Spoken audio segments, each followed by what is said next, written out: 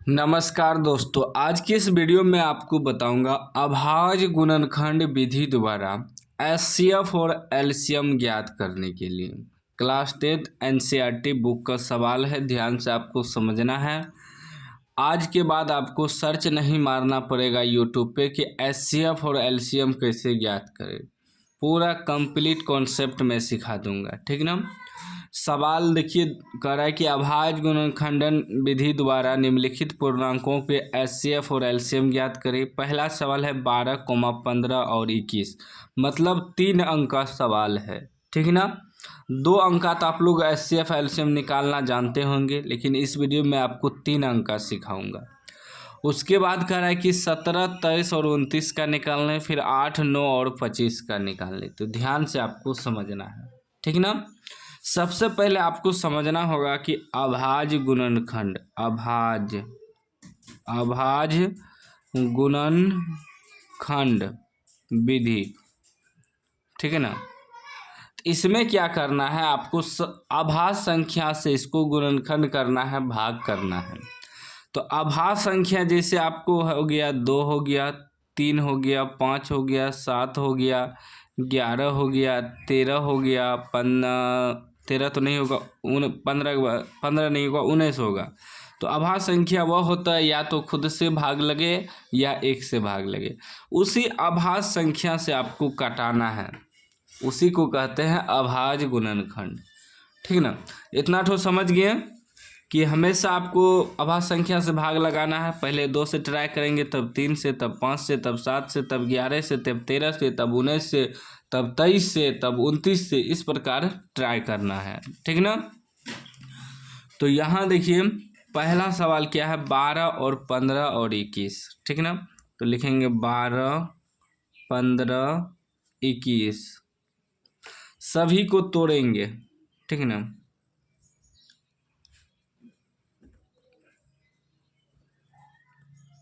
एक साथ नहीं तोड़ेंगे, अलग अलग तोड़ेंगे। हम लिखे हैं एक साथ, इससे आपको घबराना नहीं है।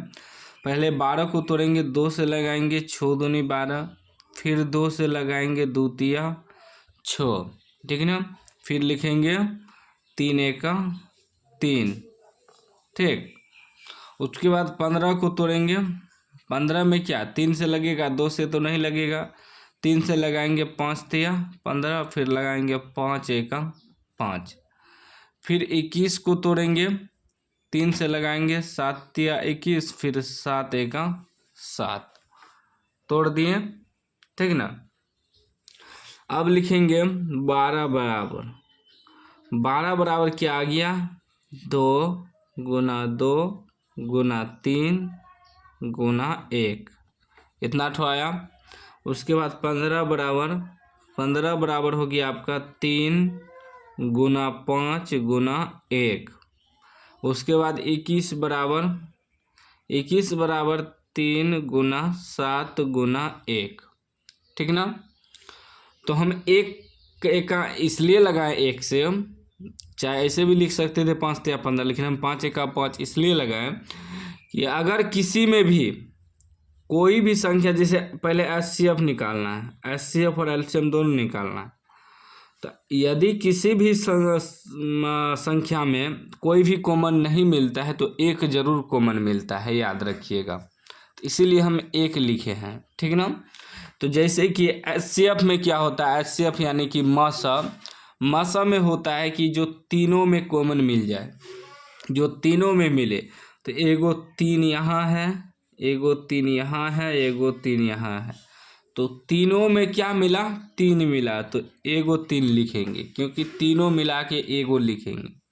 मतलब एचसीएफ का मतलब हुआ ये 3 से सभी में भाग लग जाएगा। उसके बाद यहाँ 2 है, इस सब में न है तो नहीं लिखेंगे। फिर लेकिन 1 देखिए सभी में है, ठीक ना, तो गुना 1 लिख देंगे, तो कितना आ जाएगा, 3 एका 3। फिर लिखेंगे एलसीएम, एलसीएम में क्या होता है, जो मिला उसको लिखेंगे।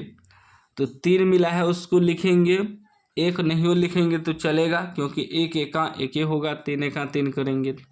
फिर जो नहीं मिला है उसको भी लिखेंगे, ये 2 नहीं मिला है, फिर ये 2 नहीं मिला है, उसके बाद ये 5 नहीं मिला है और 7 नहीं मिला है। गुना करिए, 3 दूनी 6, 6 दूनी 12, 12 पंचे 60, 60 गुना 7 करेंगे, 60 गुना 7 सच्छा के 42, 420, 420 आपका एलसीएम निकल गया, यानी कि लसा निकल गया। ठीक ना। एगो सवाल सीख गए हैं, अब दूसरा सॉल्व करेंगे। क्या है? 17, 23 और 29। तो 17 को तोड़ेंगे तो 17 में क्या भाग लगेगा? तो 17 में सिर्फ 17 एका 17 लगेगा। ठीक ना। 23 को तोड़ेंगे तो 23 एका 23 लगेगा। 29 को तोड़ेंगे तो 29 एका 29 आएगा। अब यहाँ लिख देंगे। ठीक ना। 17 बराबर आया 17 गुना 1, 23 बराबर आया 23 गुना 1 और 29 बराबर आया 29 गुना 1। तो HCF क्या होगा? देखिए इसमें कुछ नहीं मिल रहा है लेकिन 1 मिल रहा है। ठीक ना। जिसमें कुछ नहीं मिले तो 1 जरूर मिलता है, तो 1 आपका HCF हो गया। फिर एलसीएम 1 मिला उसको लिखबे करेंगे, फिर जो नहीं मिला उसको भी लिखेंगे, 17 गुना 23 गुना 29। अब टोटल को गुना करिए। ठीक ना। टोटल को गुना करेंगे, यहाँ रफ में 17 गुना 23 करेंगे, उसके बाद जो है 29 से गुना करेंगे। 17 51 के 1, 5 बचेगा। 17 दूना 34, 5 39 होगा। फिर इसको 29 से गुना करेंगे। ठीक है ना। तो 9 एका 9, 9 में 81 की 1 हासिल 8, 9 तिया 27, 8 कितना हो जाएगा? 35। उसके बाद 2 से करेंगे, 2 एका 2, 9 दूनी 18 का 8 हासिल 1, 3 दूनी 6, 1 7, तो कितना आ गया? 9, 2 1 3, 8 5 13 के 3 हासिल 1, 7 3 10 1 11, 11,339। 11,339 आपका एलसीएम निकल गया। ठीक ना। इतना तो समझ गए हम। अब आगे देखिए तीसरा प्रश्न। तीसरा कह रहे हैं 8 और 9 और 25 है। ठीक ना। 8 को तोड़ेंगे, 2 से तोड़ेंगे 4 दूनी 8, फिर 2 से तोड़ेंगे 2 दूनी 4। ठीक ना। और 2 एका 2 नहीं भी लगाएंगे तो चलेगा। ठीक ना। हम आपको समझाने के लिए इसमें लगाए थे। फिर 9 को तोड़ेंगे 3 से, 3 तिया 9। फिर 25 को तोड़ेंगे 5 से, 5 25। ठीक ना।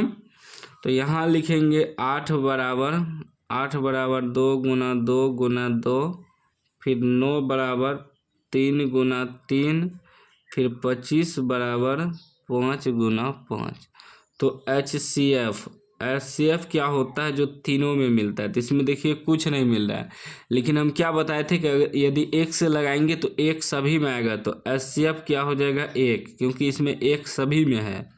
ठीक है। 2 एका 2, 3 एका 3 लगाएंगे तो लगेगा ना, 5 एका 5, तो 1 सभी में है। ठीक ना। जैसे यहाँ है 2 एका 2 लगा देंगे, 3 है तो 3 एका 3 लगा देंगे, 5 है तो 5 एका 5, तो 1 सभी में है, तो 1 कम से कम सभी में मिलेगा।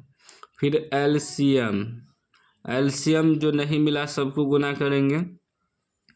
जैसे 2 3 गो है, फिर 3 2 गो है, 5 2 गो है, कितना हो जाएगा? 2 दूनी 4, 4 दूनी 8, 8 गुना 3 तिया 9 गुना 5 25। टोटल को गुना करिए तो 9 8 72 गुना 25। ठीक ना।